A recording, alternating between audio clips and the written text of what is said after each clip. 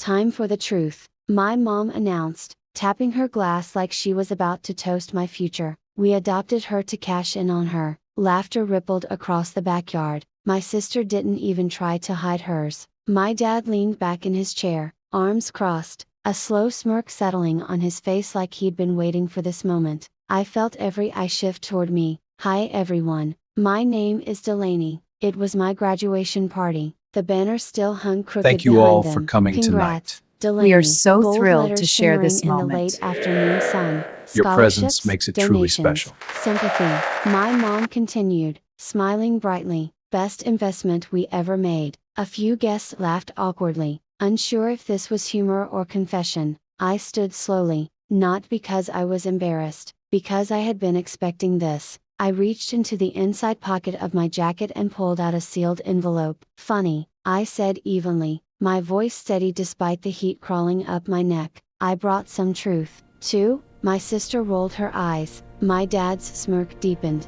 They thought I was about to cry. Instead, I broke the seal carefully and began reading aloud. I'd like to thank my parents. I began holding the paper steady for teaching me the value of documentation. The room went quiet. My mom's smile flickered just slightly. This, I continued, lifting the first sheet, is a copy of the adoption subsidy agreement you signed 17 years ago. A few guests shifted in their chairs. My sister let out a scoff. So what? So, I said calmly, Friends, we it have something to outlines tell the you. monthly It's payments a you change we received for never my care, expected. federal support, changed? What's going education, on? stipends, This is health so care strange. credits. My dad straightened in a seat. That's private, he muttered. I ignored him. It also includes a clause requiring those funds be used directly for the child's benefit. A breeze caught the banner behind me. I pulled out another document. And this, I added, is a record of where that money actually went. My mom stood abruptly. Enough, but I didn't stop. Mortgage payments, vacation deposits, my sister's private school tuition. Murmurs began spreading across the backyard. My sister's laughter had disappeared. I folded the first paper carefully. I didn't come here to embarrass you, I said evenly. I came here to correct you. My dad's smirk was gone now, and the celebration had already started unraveling. My mom stepped toward me, her heels digging into the grass. You're twisting numbers, she said sharply. We gave you a home. I held her gaze. You gave me a receipt. The silence thickened. Guests avoided eye contact, pretending to study their drinks. My aunt cleared her throat, but didn't intervene. No one wanted to pick a side, they just hadn't expected paperwork. I was a child, I continued, my voice steady. You were reimbursed for raising me. That's not generosity, that's a contract. My sister crossed her arms. You're being dramatic. I reached into the envelope again. I also brought something else, I said. This time, I didn't read it immediately. I let the anticipation sit. My dad finally stood. Sit down,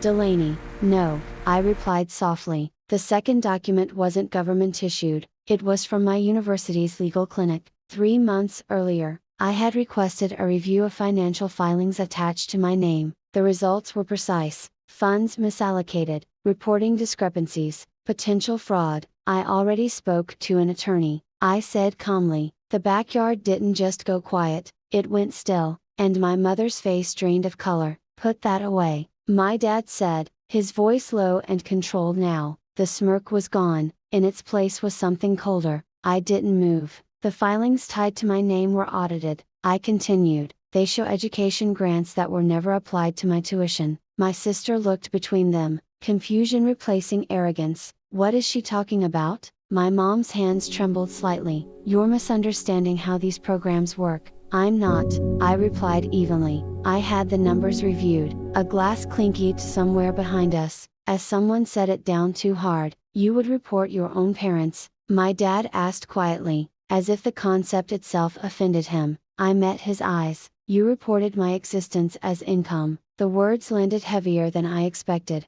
This was supposed to be a celebration. My mom snapped, desperation creeping into her tone. You're ruining it. No, I said softly. You did. I pulled out the final page from the envelope. This is a notice of inquiry, I explained. It hasn't been filed yet. My sister blinked. Yet. I folded the page carefully. I wanted you to hear it from me first. The silence wasn't awkward anymore, it was calculating, and for the first time, they were the ones on display. My dad took a step toward me, lowering his voice so only I could hear. "You wouldn't survive without us." It wasn't a threat, it was habit. I held the envelope against my chest. I already did. His jaw tightened. Around us, guests began standing slowly, some pretending to check their phones, others whispering carefully behind raised hands. The celebration had shifted into something observational. "You think you're morally superior now?" my mom asked, her composure cracking. "No," I said calmly, "I think I'm legally aware." My sister finally looked uneasy. "This is insane,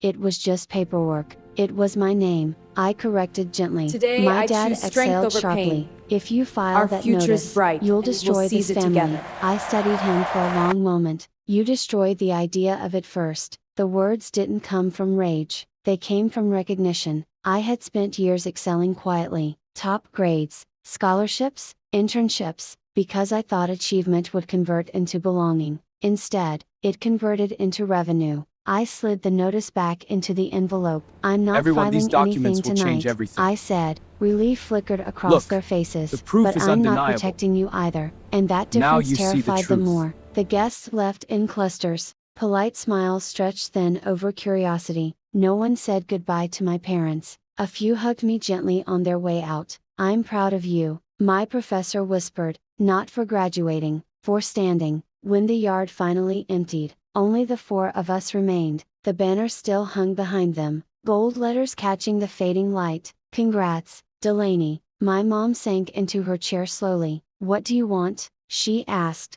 the fight drained from her voice. It was the first honest question of the evening. "I want the truth," I said. "You heard it," my sister muttered bitterly. "No," I replied calmly, "not the performance version." My dad rubbed his forehead. It'll be "We fine, struggled," we've got he this. said. "The Wait, adoption did you hear payments that? helped." "That's What is not it? a crime." What is- Misreporting Oh God, how they were something's used happening. is. Oh, no, I this can't answered be real. gently. What are He we- looked at me carefully now, not as a child, not as an investment, as a risk. "We gave you opportunities," my mom said softly. "You monetize them," I corrected. The silence stretched again. Finally, my dad asked the question they'd avoided all night. "If you're not filing, what are you going to do?" I met his eyes without blinking. "I'm leaving," and this time, it wasn't emotional, it was strategic. "Leaving?" my sister repeated like the word didn't compute. "Yes," I said calmly, "I've already accepted a position out of state." That part wasn't new. The offer had come 2 weeks ago. I had signed it the same day I printed the audit results. "You're running," my mom said weakly. "No," I replied, "I'm relocating." There was a difference. My dad studied me carefully and the notice. "I'll let the agency decide what to do with the discrepancies," I answered. "I'm not filing additional complaints, I'm simply not retracting anything," which meant the inquiry would continue on its own. My sister looked stunned. "You'd really let them investigate?" "They already are." The backyard felt smaller now, the celebration table half cleared, paper plates bending in the evening humidity. For years, I believed confrontation required shouting. It didn't. It required documentation and timing. My mom's voice trembled. "Were you family?"